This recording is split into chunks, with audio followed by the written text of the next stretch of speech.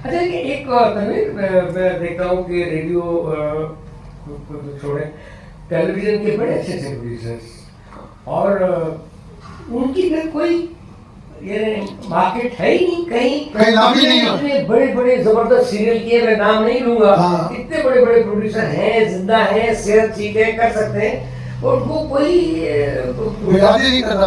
वजह क्या? इसकी वजह मैं नहीं बता सकता, मुझे नहीं मालूम, लेकिन मैं वो नाम जानता हूँ, मेरे दोस्त भी थे। हर एक के नाम के साथ, अब चाहे वो बिदुल मसूरू हो, चाहे काजिम पाशा हो, चाहे हैदर इमाम, एक्चुअली मेरा ख्याल है कि वो एक खास तरह जहीर खान है, एक खास तरह के माहौल में काम करने के आदी थे। पीटीवी में एक खास तरह का माहौल बादशाह होता है। पीटीवी तो स्कूल है ना। अब आ गया प्राइवेट ड्रामा।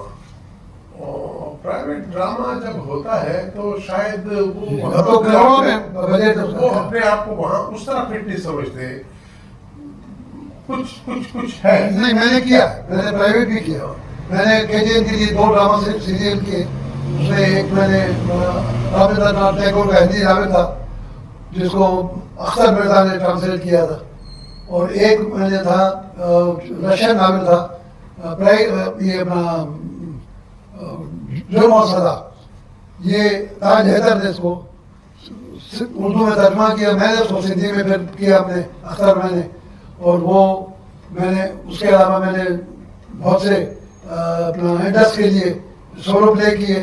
मैंने एक फिल्मों पे प्रोग्राम किया, वो कोई 50 एपिसोड का सिंध टीवी थे, तो मैंने प्राइवेट में भी किया। लेकिन ये आपकी बात, ये बात मैं शायद दूसरी समझ लूँ कि वो एक माहौल ऐसा। लेकिन अब जो है, मेरी बेगम जो है, वो सबसे बड़ी वो जो प्राइवेट चैनल के जो उर्दू ड्रामे आते हैं उसके देखने वाली व्यूअर है।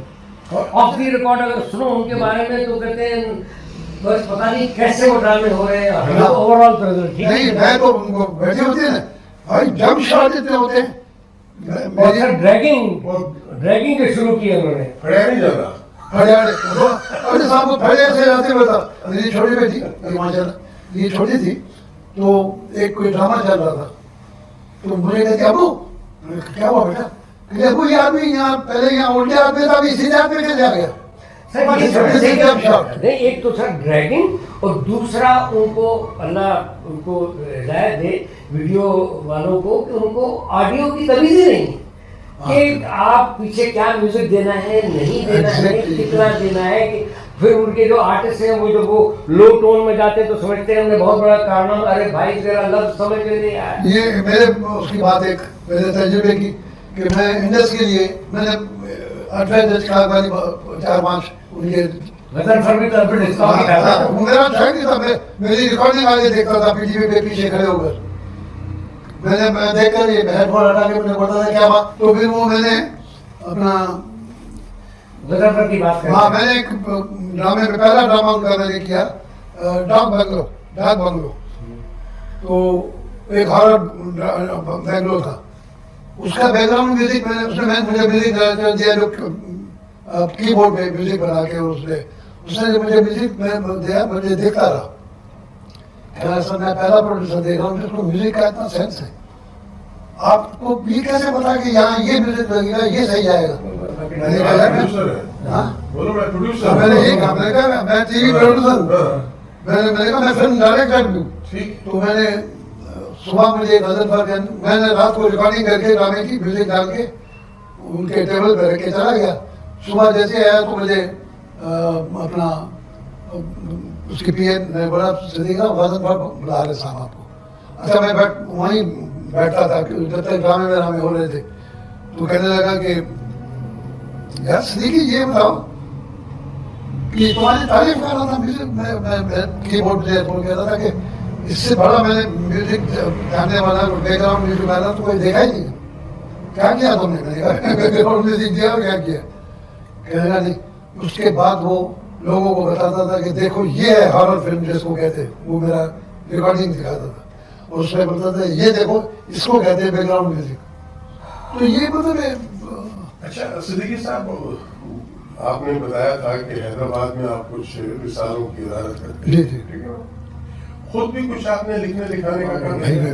बहुत बिल्कुल किया मैंने ज़्यादातर फिल्मों पे जो आर्टिकल लिखे हैं, फिल्म डायरेक्शन पे लिखा, फिल्म और मुआशरे पे लिखा, और तो बड़े बड़े मैंने मजमून लिखे, और फिर स्टेज ड्रामे लिखे, रेडियो ड्रामे लिखे, मतलब ये लिखने का टाइम तक हो गया। मैं अब बायोग्राफी लिखने का भी ख्याल आया? बहुत आया। अभी असल में काजी खादिम हमारे एक दोस्त थे, बहुत बड़े सिंधी के राइटर हैं, प्रोफेसर भी, वो रिटायर हो गए। उनके कोई 5-6 किताबें सब चुकी है कि, तो उससे मुझे, मैं अपनी किताबें उनको भेजता हूँ, वो मुझे अपने भाई, उनका भाई यहाँ पर इनकम टैक्स में कमिश्नर था, तो वो लोग मेरी किताबें दोनों भाई रखते हैं। तो मेरा भांजा है कि उसका वो संजू है, जिसका भाई जो है, बहुत छोटा भाई काजी का, तो काजी का पढ़कर ना मुझे बहुत सी बातें आई कि इसने, काजी ने हैदराबाद के लिए या सिंध की बहुत सी बातें नहीं लिखी है, छोड़ दी। तो मुझे शौक हुआ कि यार मैं बायोग्राफी लिखूं, मगर अब मैं समझता हूँ कि जनता की पता नहीं इतनी है या नहीं है, कौन इस हवाले से उसका काम बड़ा है।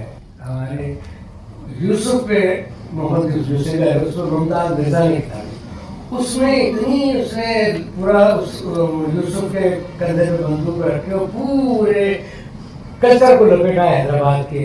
अब वो मुहर्रम की तकरीब वो हो, आपने काजी खादिम को नहीं पढ़ा अभी? नहीं मैंने, ओहो, ये थी मेरी बात में 20 पड़ी हुई है। काजी खादिम ने, और फिर भी आप कह रहे हैं उसमें कमी है? उसमें कभी मैंने जो की,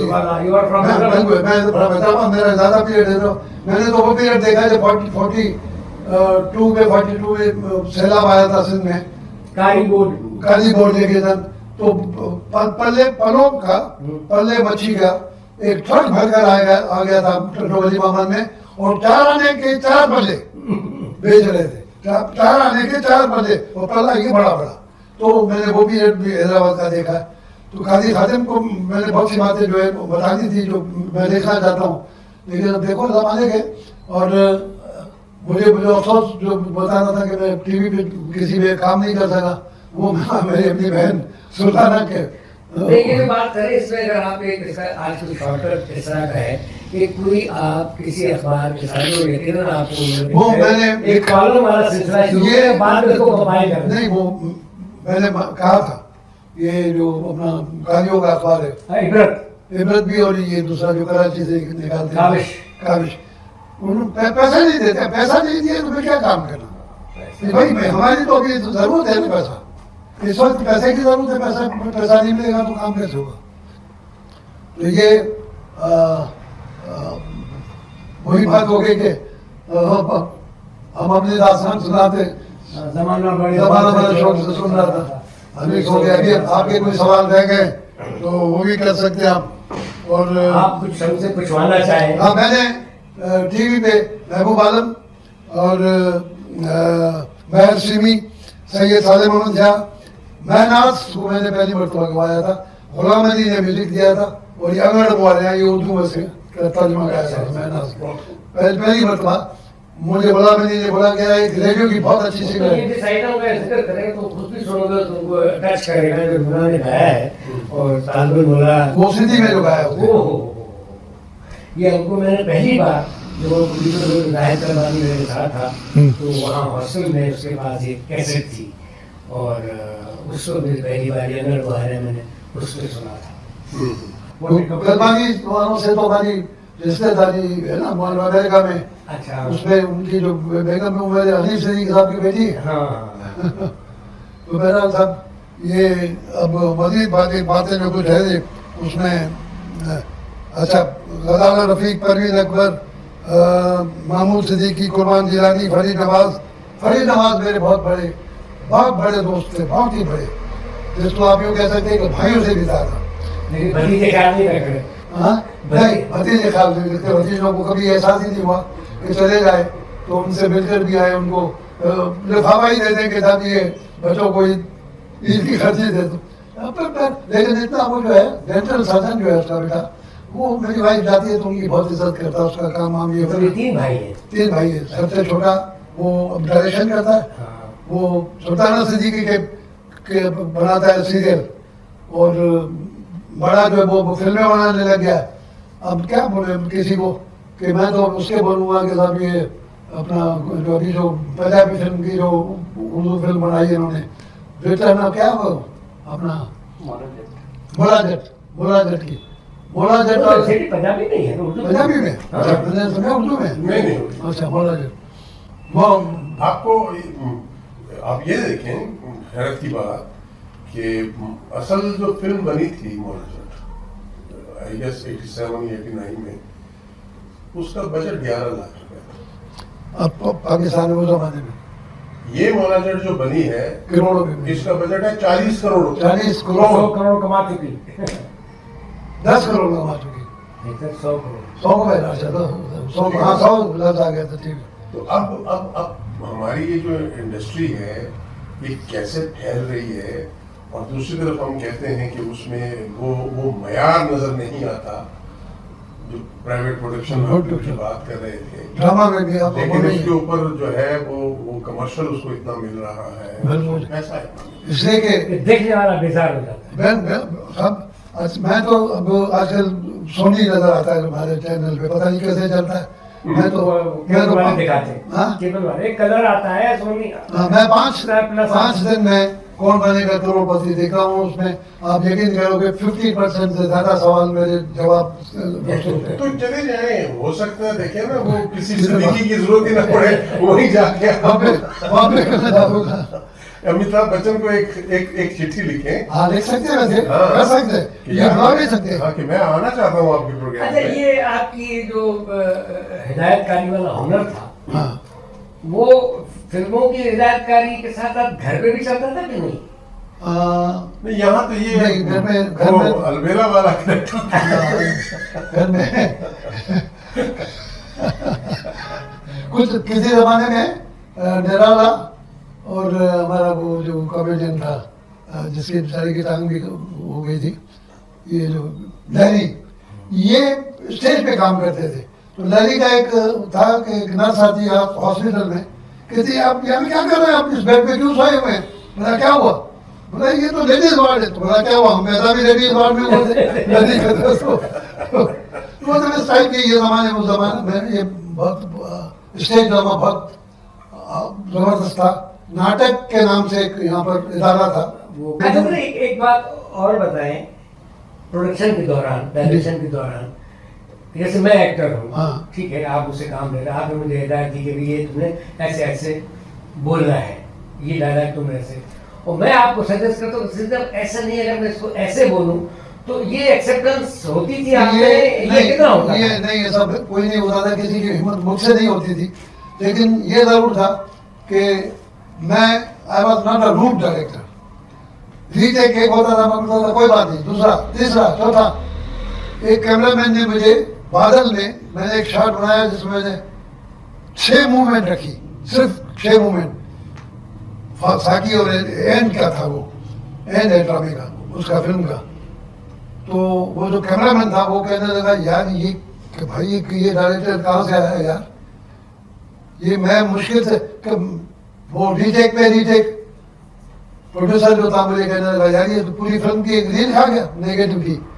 उसने बोला नेगेटिव के पैसे मैं दूंगा, कैमरामैन ने कहा, लेकिन शॉट में यही लूंगा जो सिद्दीक साहब ने बनाया। अच्छा, एक और बात, जैसे अभी आप इसी कंटिन्यूटी में एक बात है कि डायरेक्शन के भी मेरा ख्याल कोई स्कूल होते होंगे, मिसाल के तौर पे पंजाब में बहुत है, ठीक है, कि अगर आप किसी स्कूल ऑफ थॉट की बात कर रहे हैं। हाँ, स्कूल ऑफ कि थॉट। आपने एक सिचुएशन समझानी है एक्टर को, तो एक स्कूल ऑफ थॉट तो है कि डायरेक्टर्स करके दिखाते थे, ठीक है, कि भाई ये तुमने ऐसे बोलना है। हाँ। और दूसरा एक तरीका होता है कि आप उसको महसूस कराते हैं कि भाई तुम महसूस करो कि इस वक्त तुम पर, से फॉर एग्जाम्पल शेर तुम पर हमला कर रहा है और तुम्हें ये डायलॉग बोलने हो तो तुम कैसे बोलो, सैमसन दिलाला की तरह। समथिंग लाइक दैट, कि उसको नहीं, इसमें अभी आप मैं किस स्कूल थोड़ा में सा जाए? आपको करेक्ट कर दूं कि ये स्कूल ऑफ थॉट नहीं है, स्कूल ऑफ थॉट कुछ और चीज है। स्कूल ऑफ थॉट जैसे मैं राज कपूर का स्कूल ऑफ थॉट, ठीक है, वो ठीक है, ये जो आप बता रहे हो इसमें पहली बात तो मुझे मेरे जो आर्टिस्ट मेरा होता था वो कभी मुझे सजेस्ट कर ही नहीं सकता था, जब उसकी हिम्मत होती थी। अलबत्ता ये जरूर होता था कि मैं करके भी दिखाता था।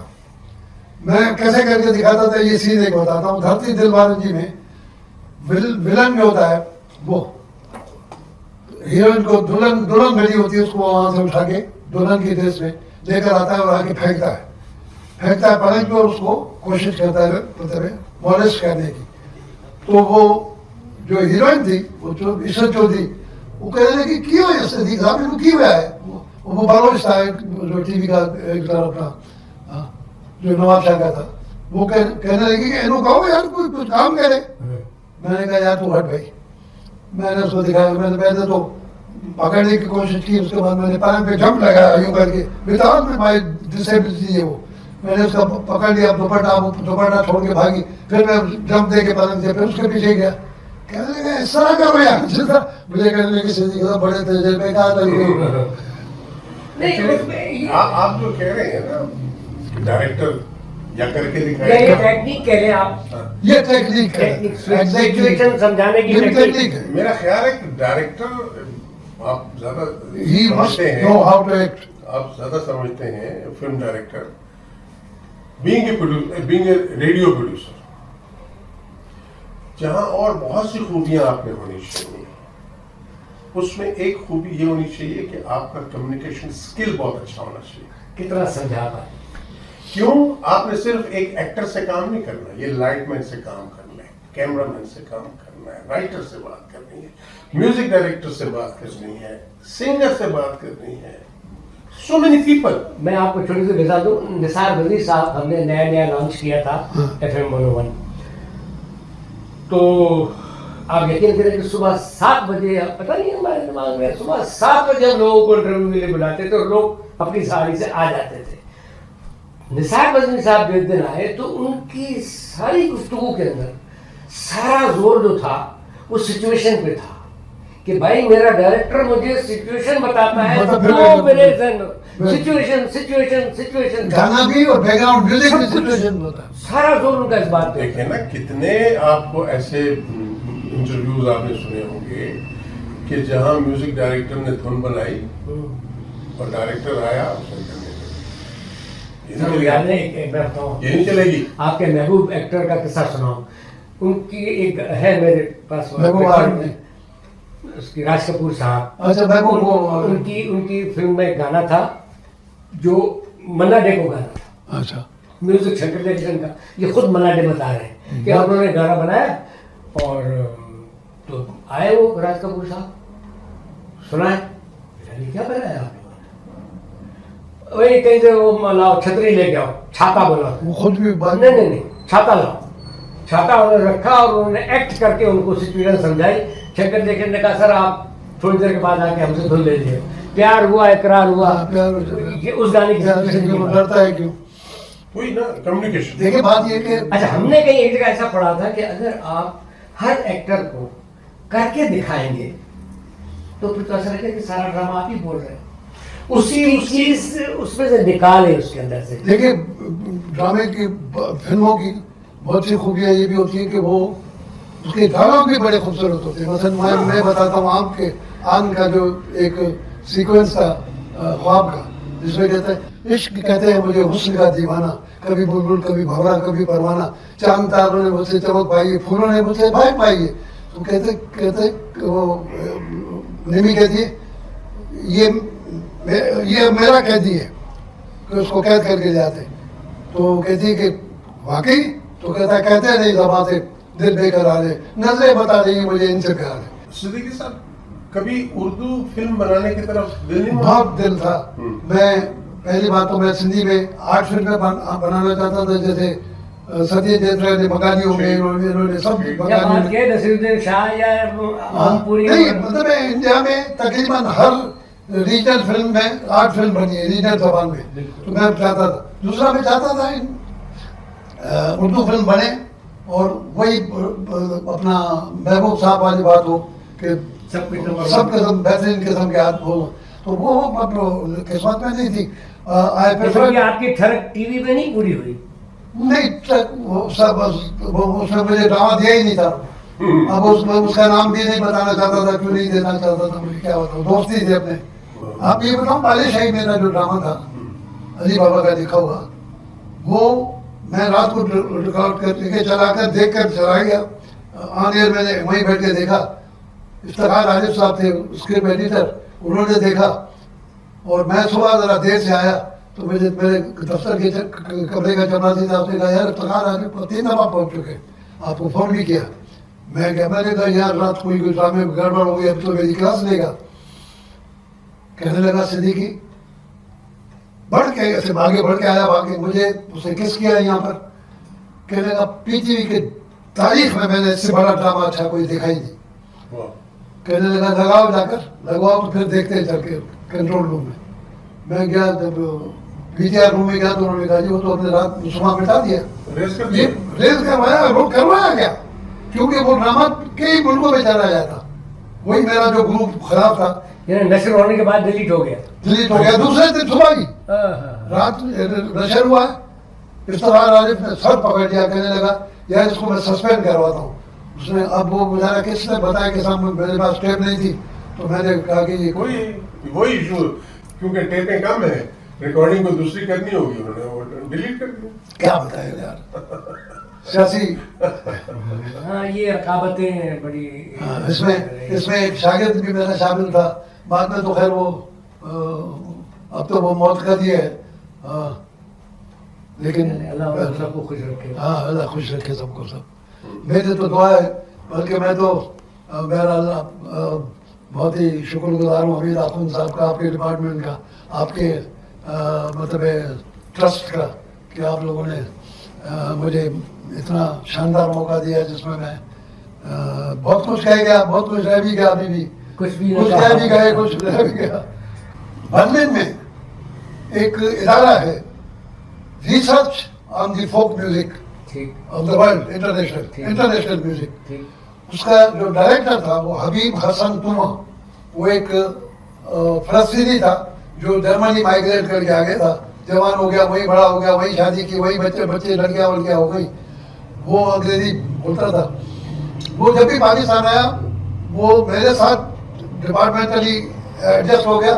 वो कहता था कि I want Siddiqui for this tour, he knows much about the music.